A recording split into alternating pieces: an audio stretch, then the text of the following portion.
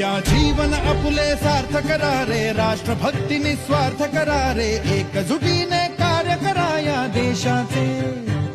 या साथी बना अनसाथ करा रे, मातृभूमी ही आज पुकारे. जागृत होऊन कंकण बांधू दिवस रात्र झटण्याचे. मातेच्या पायाशी हे अर्पण प्राणाचे, फेडूया ऋण आम्हा हा जन्म लाभला त्याचे. घेऊ हे ब्रिद हाती, असे तू सिंधू नव हिंदुस्तान.